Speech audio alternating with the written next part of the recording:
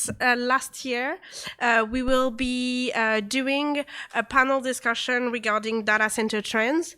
So last year it was quite a huge success, and we have remarkable conversation with investors, operators, and partners regarding the trends. So last year we were mostly talking about AI and all the growing demand. So this year, I think the timing will be good because there is a lot of trends on the data center because the market is moving fast with AI demand, with the US regulation. So tomorrow at 11 on the third floor, we will be discussing with Comscope, DC Byte, with Schneider, and with Kosherman and Wakefield about the data center trends regarding where the hyperscaler are going, to which kind of data center and area, also which kind of investment and investor are coming to Thailand. Is Thailand still a secondary market, or is it competing with Singapore, Malaysia, Indonesia?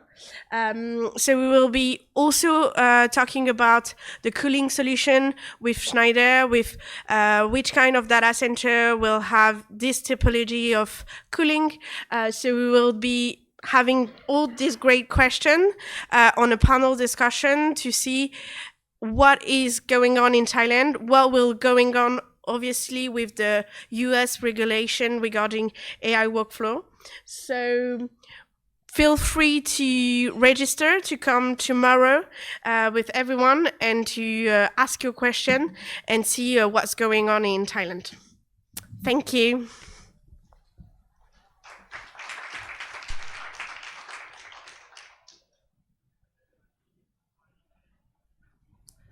Many thanks, Pauline, for these new data center insights. Now, speaking of trends, let's continue our talks with the emerging trends in the peering world. Our next speaker is a senior director on infrastructure and connectivity at ISOC and certainly has plenty of experience in the Asia and Pacific region. Let's give a warm welcome to Naveed Haq as he joins us on stage.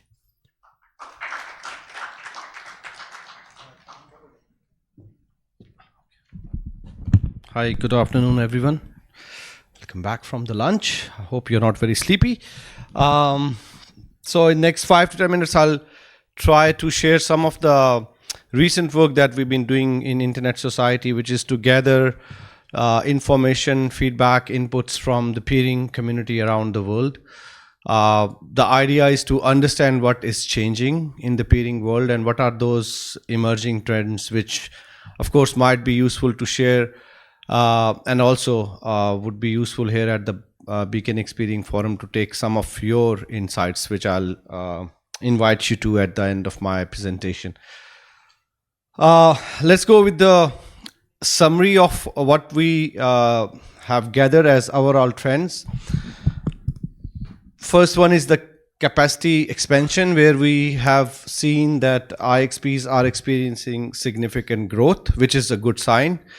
The more traffic is local, the more faster, cheaper, and resilient internet it is. So that's a good sign. And also, in terms of the infrastructure increased demand, we have seen the IXPs upgrading their switching fabric to a more capacity in terms of the port speed.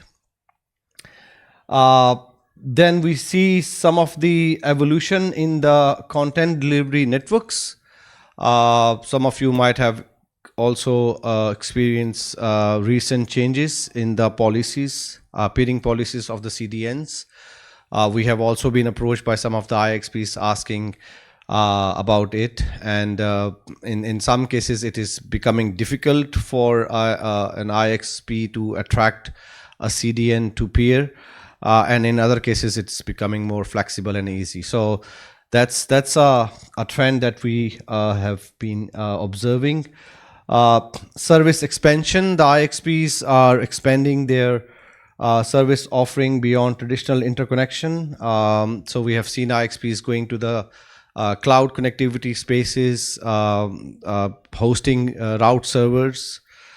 We have also, of course, seen IXPs getting interested into the root servers hosting.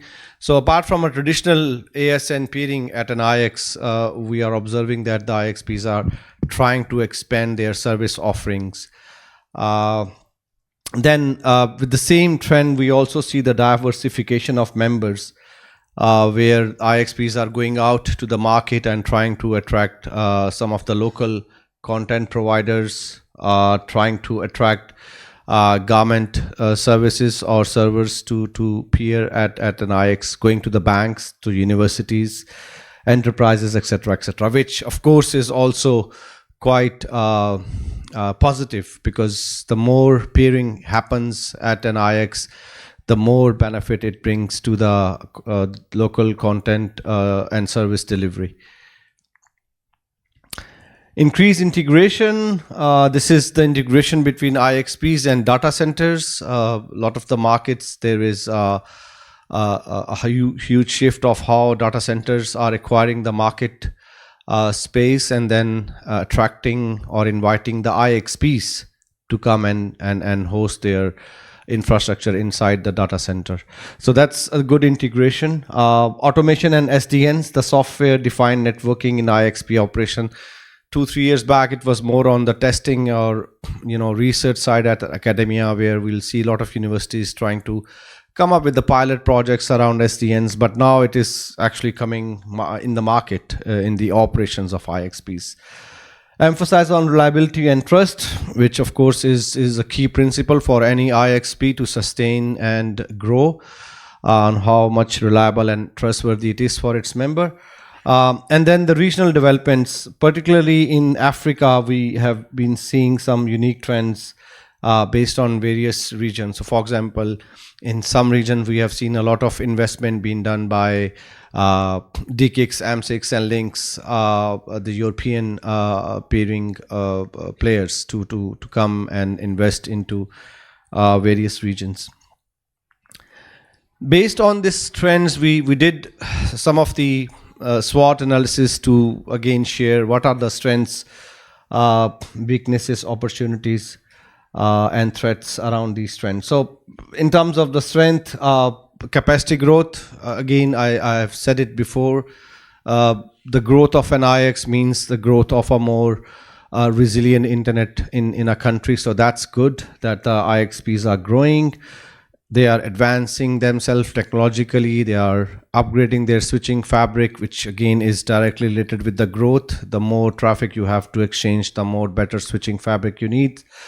Value proposition. So IXPs are going beyond just again a traditional peering services, but rather trying to see how they can offer more value to its customers and its members. Community building, which again is, I guess, a DNA of how community-based IXPs have been developed and deployed over the years, including BPF2025 for sure. So that's great as well. Growing diversity and participation, attracting other players which have content to peer or offer, whether it's government services, universities, etc., etc. So that's all is what we believe is a strength in terms of the overall changing trends of the peering. Weaknesses, uneven development. Now, there is, of course, always a challenge of how you attract a big player or incumbent of player to peer at your IX, which usually is something which is refrained from those operators. So that is a weakness, because there is no even development and deployment of the peering infrastructure. So this is a weakness. Connected to this is the hesitance of the major operators, where the tier 1 operators are electing to peer, and if even they are open to peer, they would not be opening up their CDN prefixes. So which again, the challenge goes back, if you even get a bigger operator, what is the benefit for the members of an IX there? Complexity in some ecosystems in Africa, it's called somewhat complicated in terms of how the IXP can develop and progress. Financial sustainability, this is a concern primarily from the community IXPs who are not able to manage their operational expenses. So down the road, they always feel this challenge of sustainability, and they look for funding opportunities. Need for more automation. Many of the IXP operations are still manual. We try to build the capacity of using automatic tools and databases available for IXP, but still there is a huge number of IXPs which are running the operations manually. Opportunities, service diversification. Again, it's a strength. It's an opportunity as well to further strengthen the peering ecosystem through IXPs. Integration with the data center is also good because we'll not be hitting two different or various locations in the same place for peering, but rather one place to integrate the IXP and data center operations and connectivity. Regional interconnections are also increasing. There is some discussion happening in Pacific as well regarding how different islands can embrace regional interconnection to help each other. And then, of course, there's an opportunity to leverage from emerging technologies to move the manual operations as much as possible into the automated based operations for IXP efficiency and security. Threats, market concentration, evolving peering policies, particularly from the CDN side. It's a threat, of course, for a smaller IX where if the CDNs are not interested or their policies are becoming too difficult to comply with, that would have a direct impact and effect on life of an internet exchange point. Security risks, they are facing security challenges as well. Competition, again, a lot of IXPs are popping up, so that's also a discussion between commercial IXPs and community-led IXPs. And dependence on healthy internet ecosystem, because if the public internet fall, it may negatively impact IXPs as well. So these were kind of the SWOT analysis. Now, what people think about us, they believe us as a leader in the peering ecosystem, particularly in Africa. And they're also calling us to continue our work, but also to enhance in some of the areas. These are some of the expected roles that the people envision or advise to us as Internet Society. Of course, more content, more workshops, capacity, supporting smaller IXPs and providing technical guidance. If you want to collaborate with us, of course, we are an open community-led organization. You're more than welcome. There are a lot of people in this room with whom we are already collaborating. So looking forward to further strengthen that. And in the end, what did we miss? We miss some of the inputs from this particular room. So I invite you all to please go to this QR code, which will take you to a 1-minute survey where we are asking 3 simple questions. So if you can please scan it and do provide us with your input on the emerging trends and what I have been sharing with you over the past 10 minutes. That would be really, really useful. And of course, that will bring the context of Africa peering community, and particularly from the Bangkok and Thailand side to us. So with that, thank you so much. I hope it was useful, and I'll hand it back to you. Thank you very much, Naveed. It's always important to see fresh perspectives on where the industry is headed. To continue with the flow of our talks, we have an insightful presentation on the evolution of IX and peering. Our next speaker is Paresh Khatri, who is Chief Technology Officer and Chief Architect for the IP Networks Division at NOKIA Corporation. Paresh has a lot of experience in designing platforms to meet the varied demands of operators and Asia Pacific region. Take it away. Thank you. Thanks a lot. All right, guys. So this is, well, maybe I should start by saying it's a real pleasure to be here today. This is my second BPF. I remember the last time I did this was in 2021. We were in the middle of COVID at the time, and I think not think, but I did present my session from home, and I don't think I was dressed up like this. But yeah, it's great to be back here. So yeah, look, just keeping on the theme of IXPs and peering, we I want to look at it from a technology angle in the short time that I have. We've seen this morning that IXPs play a really important role, and especially in times of crisis and natural disasters, it kept traffic flowing within the country itself, and I think that's a very important element of what they do. So acknowledging the work that the Internet Society does, I mean, before presenting today, I dug up some of this information from the Internet Society, so you can be sure it's correct. If it's not, I mean, hit up these guys. Looking at the amount of traffic that is carried by IXPs, it's actually quite remarkable, right? According to these figures that you see from the Pulse site there's more than 1,500 IXPs around the world. Hello? Guys, Mike's died. All right, it's back. So yeah, 1,500 IXPs around the world carrying 2,000 terabits per second. That's 2 petabits per second of traffic, which is a humongous amount of traffic. So when it comes to the internet fabric, the internet infrastructure, IXPs play a very, very important role.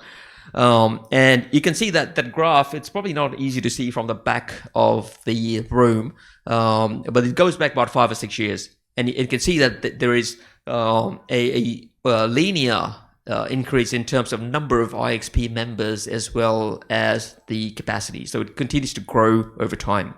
Now, closer to home here in Thailand, we see that there's a total of 12 IXPs carrying something like 14 terabits per second of capacity, which is once again a very high number. And when I was looking at this graph, one thing struck me. If you look at the year 2021, which once again is a bit probably hard to make out from the back there, you said that there's a bit of a spike, right?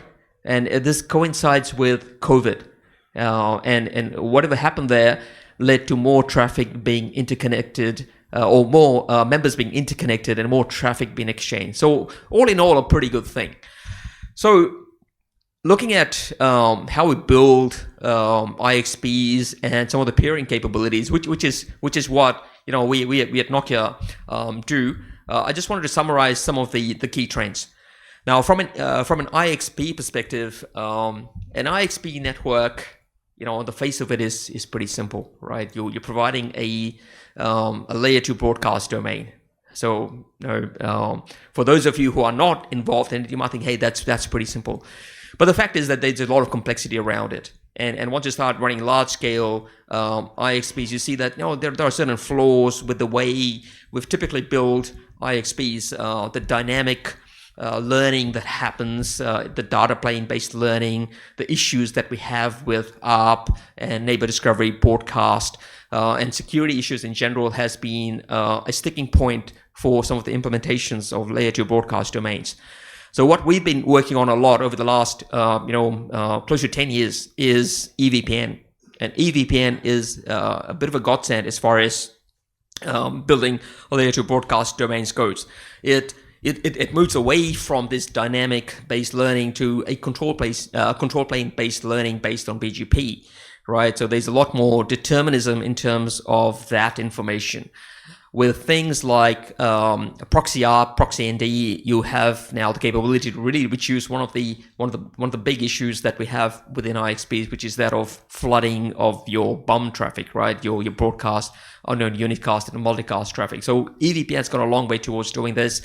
It's also introduced things like all active multicast when you're multi-homing. So there's been a lot of development in that space, and that continues to grow. Now, on the peering side, it's once again, I don't think anything here is really new. It's really about fixing the mic. All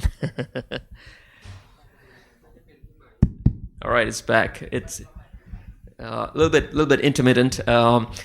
So yeah, with BGP, it's the focus areas for us have been around a few things. One is around beefing up security, right? I think that the attack surface or the weaknesses of BGP around some of the security aspects have is something that we have to continually look at as an industry to really improve on some of the DDoS concerns that we have as well.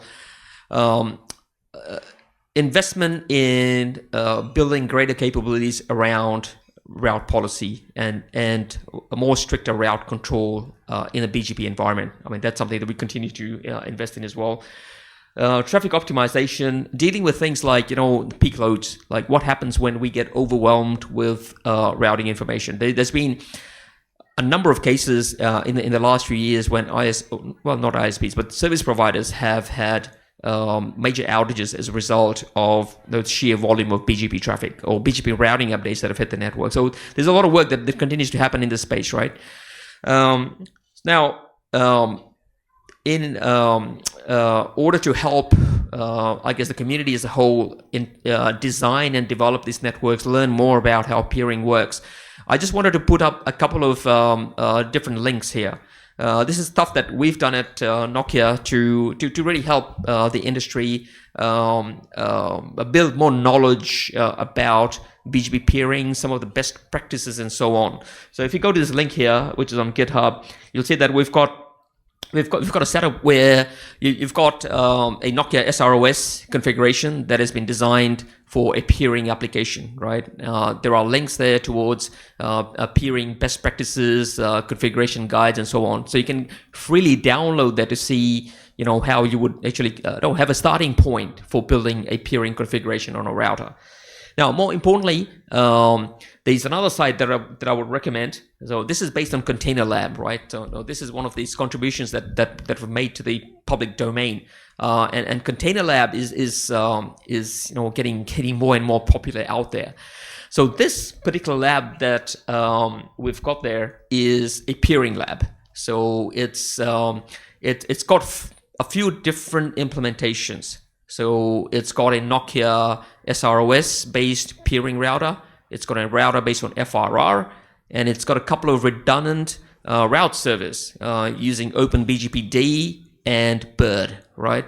So with this configuration, you can really set up a mini IXP and learn things from both an IXP perspective and a peering perspective as well to see how they interconnect. And it provides a great environment for testing out any sort of concepts you have, route filtering, and so on. So I urge you to look at that. Now we've also got a booth here. So if you do have any questions around any of this, we've got a number of experts here, and we'd be more than happy to have a chat with you on this and point you to the right resources. And finally, all of this stuff that's here is open. It's freely available, so none of it has any commercial impact. So I urge you to go and have a look at it and provide your feedback. Maybe you can add to this configuration as well, bring some more real life implementation scenarios and experiences to it as well. So thank you very much. That's all I had for today. I've got another session tomorrow. I'm just going to give a plug for my session. It's on quantum-based or quantum safe networking. It's 11:30. I'd love to see some of you there as well. Thank you.